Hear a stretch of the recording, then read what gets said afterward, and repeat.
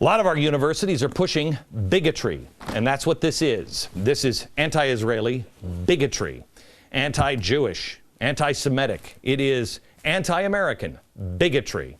And this administration embraces that kind of thinking, I think. Have you noticed that, or is it just me? Last week, I talked about the proposed circumcision ban in San Francisco. Now, proponents claim this bill is just about health care. They're protecting the little innocent babies. That's what they're doing right here, circumcising. I know. I don't know about Anthony Weiner, but I still remember when I was 8 days old. I might have been 3 days old. I didn't know. I couldn't read a calendar yet, and I'm still... Sometimes I wake up in horror thinking, ah! No, that really didn't. I don't think it bothered me at all. I might have cried a little while, but I cried a lot in fact, I still cry a lot, but that's a different story. What I said last week about the ban of circumcision that is being, it shows out of control already, isn't it? The ban on circumcision in San Francisco, here's what I said last week. It is amazing to me how you can go back in history and see the same pattern happening over and over and over again. 175 BC and now today in San Francisco. I believe it has nothing to do with health. It has everything to do with anti-Semitism. And it is evil. No, it's not. No, it's not. I have to tell you, I was wrong about that.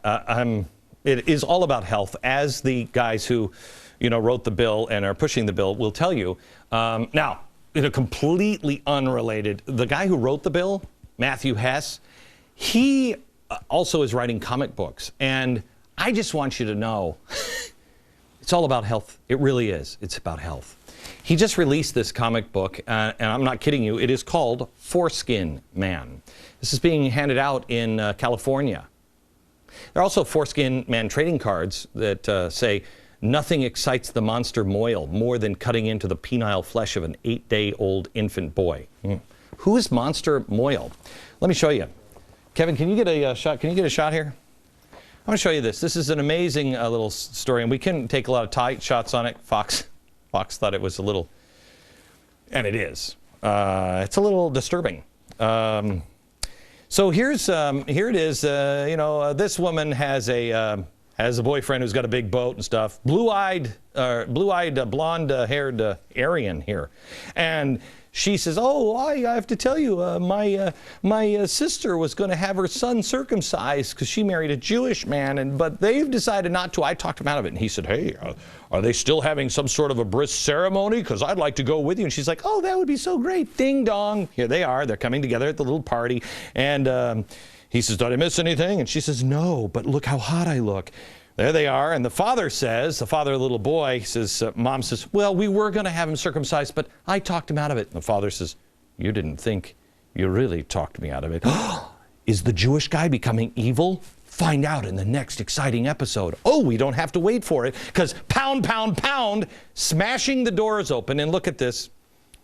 Here is the evil moil, the rabbi, with the two, rabbi bodyguards or whatever they are, smashing down the door, coming in. They're ripping the baby from the mother's arms. Can you bring this full screen? Can you take the picture of the rabbi? Do you have that full screen? Pull the picture of the Rabbi Moyle. Look at this. There's a synagogue I want to go to, So he says, we're going to finish the job here. He holds up the Torah and he says, if I can get this, I want to make sure I get this right. Praise be thou our God, King of the universe, who hath commanded me to circumcise this child in thy name. Time to make your sacrifice to God. And then he goes after the baby. Here they are holding down the baby to try to, and he's got the long black fingernails and everything else. The guy is totally, this is Nazi propaganda. Mom then is beat on the head. Foreskin Man takes the baby because the rabbi, even if you kill him, the Jewish father says, "We'll get him circumcised. You'll never stop us, Foreskin Man." And that's why Foreskin Man takes the child into his arms, takes him to the beach. Of course, it's California. Got to go to the beach. Go to the beach where there are intactivists underground. And they say, "Glick will be safe with us, Foreskin Man. We'll raise him as one of our own." So they take this Jewish child into their own. They steal them from the family. And then here's what they do. We're having a bonfire. Would you like to join us? Tell me this isn't anti-Semitic. This reflects a Jewish menorah. They're setting it on. This would be akin to a cross burning, wouldn't it? But I want to show you this, and if you can, this is the last page. If you can, this is before they set it on fire. Take the close-up shot, please, of what is in those pictures, of what makes this menorah up. Doesn't that look like people? So are we, is that referencing the Holocaust too? By the way, this again was written by the guy who wrote the anti-circumcision bill in California. How's that? Now, he says, a lot of people have said that this is anti-Semitic, but we're not trying to be anti-Semitic. We're trying to be pro-human rights. Well, I don't care if you're trying to or not. You are. The circumcision vote in California is actually picking up steam. Got more than 7,100 votes just to get it on the ballot, and a similar proposal is making gains in Santa Monica now. And the end goal for them is, quote, making cutting boys' foreskin a federal crime. We must not allow this hate to fester and grow. We must not bury our heads in the sand. We must call evil by its name, and we must start being people of virtue. When we see Anthony Weiner, we must demand that he resign. You must be able to trust people, and you must be able to spot the difference between good and evil. Back in just a second.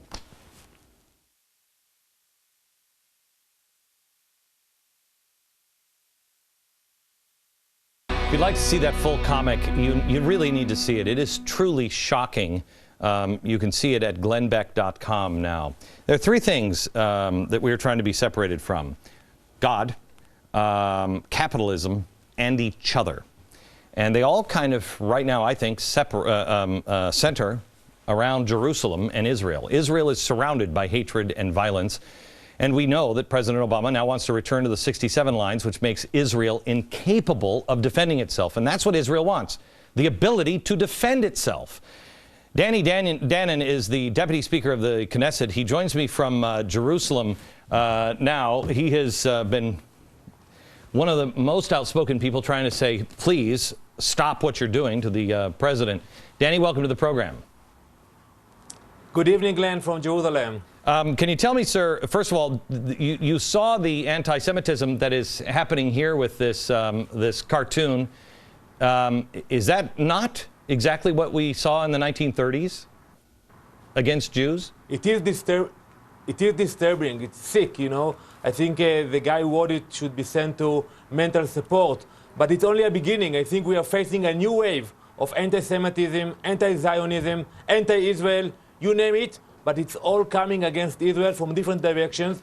And when people here in the Middle East see such stuff coming from the US, imagine what will happen tomorrow in Turkey, in Egypt, in our neighborhood. What, you know, this weekend, I said that they were going to send people across the border, and this is just the beginning, Danny. They are going to send people across the border, and they are going to force Israel to shoot people as they cut through those fences. And that's exactly what they did this weekend. Do you stand by that, or what other option do you have as a country? Well, absolutely. What we saw the recent days, the Syrian president is trying to divert the public attention from what's happening today in Syria to Israel. Only today, Glenn, 120 people were massacred by Syrian policemen in Syria. So we're seeing them sending those youngsters to the border with Israel, and we will have to defend our borders. Every sovereign country will have to do it, and if they will try to do it again and again, we will be standing on the fence and protecting our people. That's what the American army will do, and that's what the Israeli army will do if we will have to face it again. Danny, the president has said that he wants the 67 borders. Most people in America don't really even understand that this is a play for the West. Why is Israel important to America? I'm very worried by the US President motion about the 67 line. Glenn, when you come in the summer to Israel, I will invite you to my house. I live exactly in the middle of Israel. It's 4 miles from Judea and Samaria. If God forbid there will be a Palestinian state on the hills of Judea and Samaria, my family life will be in danger, and the majority of Israelis will be in danger. And I think the American people, unlike the American president, they know that we are the closest ally of the American people. We share the same values. We are a real strong democracy. And I can tell you that the Israelis today are confused. Because in one hand, we saw the American troops hunting down Osama bin Laden, and it was great. It was a great move, and we salute you.